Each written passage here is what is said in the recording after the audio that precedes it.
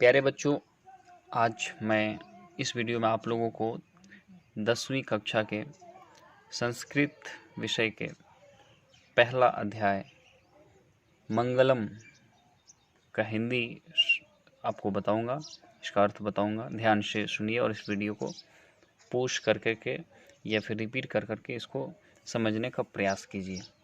चलिए हम लोग शुरू करते हैं।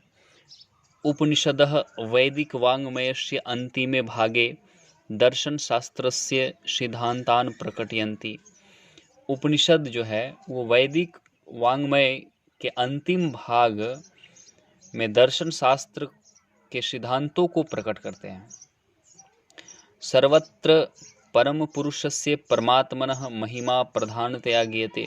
सभी जगह परम पुरुष के परमात्मा की महिमा प्रधान रूप से गाया जाता है। यानी कि सभी जगह जो परम पुरुष होते हैं उसकी जो परमात्मा होती है उसकी महिमा हर जगह मुख्य रूप से गाया जाता है। तेन परमात्मना जगत व्याप्तम अनुशासितम चास्ति, और उसी परमात्मा के बल पे ये जगत, पूरा जगत, सारा संसार व्याप्त और अनुशासित है।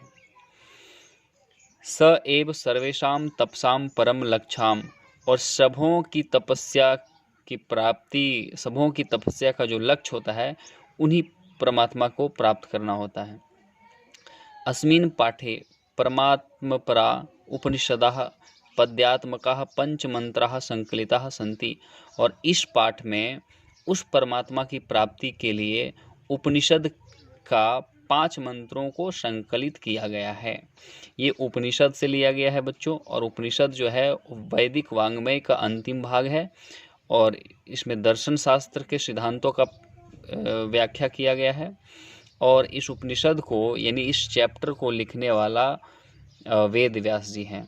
ठीक है, तो ये हम अभी समझेंगे बच्चों। तो आइए हम लोग देखते हैं महर्षि वेद व्यास जी के द्वारा रचित इस अध्याय को एक एक श्लोक करके। इसमें 5 मंत्रों को 5 श्लोक दिया गया है जिसमें एक एक करके हम लोग समझने का प्रयास करेंगे। पहला श्लोक है, हिरण्मयेन पात्रेण सत्यशापिहितं मुखम तत्वं पुष्ण पावृणु सत्य धर्माय दृष्टये। यहाँ पर कहते हैं कि हे सूर्य, हिरण्मय पात्रेण, सोने के पात्र से, सोने के आवरण से सत्य का मुंह ढका हुआ है। यानी सत्य बोलने वालों का मुंह सोने से ढका हुआ है। इसका मतलब है कि आजकल भी आप लोग देखते होंगे जो सत्य बोलना चाहता है उसका मुंह को पैसा दे करके उसके मुंह को बंद करा दिया जाता है।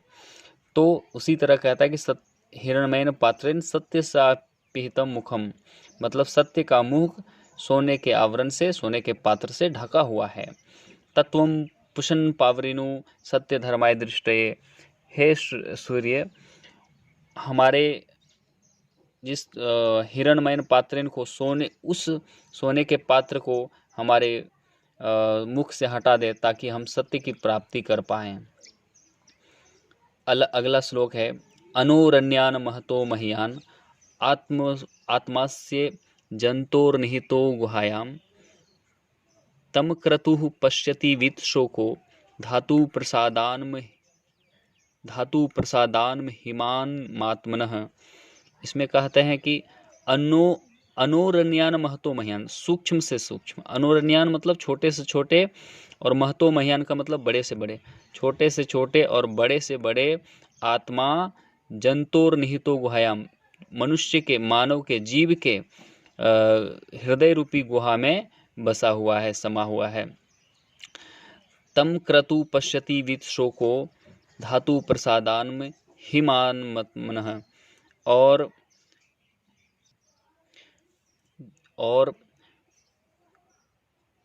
तम क्रतु पश्यति वित्शोको मतलब अपने इंद्रियों के दम पर विद्वान शोक रहित होकर के परमात्मा की प्राप्ति करता है, परमात्मा की दर्शन कर पाता है।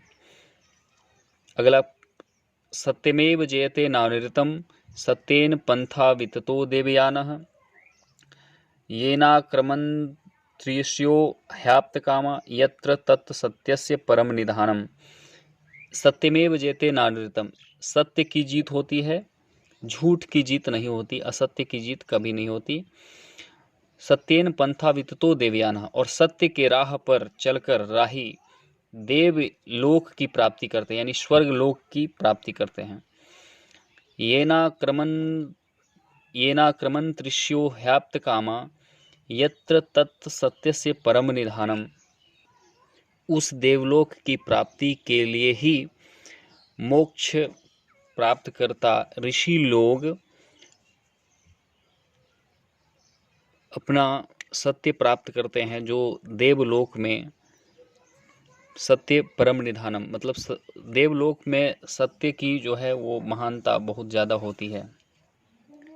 अगला श्लोक है, यथा नः स्यन्दमानः समुद्रे अस्तं गच्छन्ति नाम रूपे विहाय, तथा विद्वान नाम रूपाद विमुक्तः परात् परम पुरुष पुमैति दिव्यम।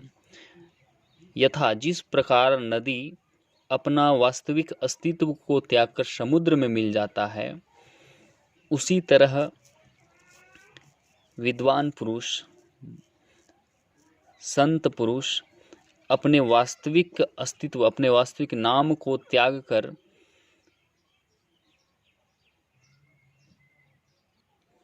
उस दिव्य परमात्मा को प्राप्त कर लेता है। यानी कि जिस तरह नदियाँ जो होती है अपना वास्तविक अस्तित्व को त्याग करके समुद्र में मिल जाती है, उसी तरह जो विद्वान पुरुष होते हैं वो अपना वास्तविक, उसके मन में कोई अपना घमंड नहीं होता है, वो अपने सारे चीज़ों को त्याग कर परमात्मा को प्राप्त कर लेते हैं। अगला श्लोक हम लोग देखेंगे,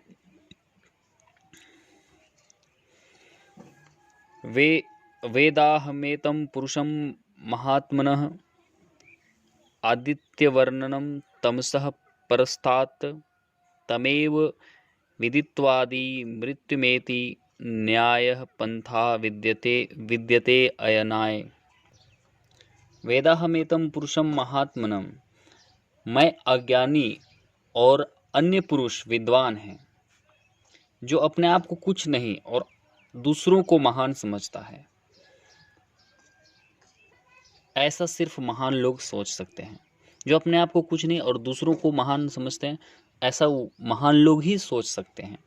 और ऐसा सोच रखकर ही विद्वान जो है वो मृत्यु को पार कर लेते हैं, और क्योंकि वो जानते हैं कि इस भव सागर से अगर पार होना है तो घमंड नहीं करना पड़ेगा, अपने आप को दूसरों को श्रेष्ठ मानना पड़ेगा, तभी मृत्यु से हम पार लग पाएंगे।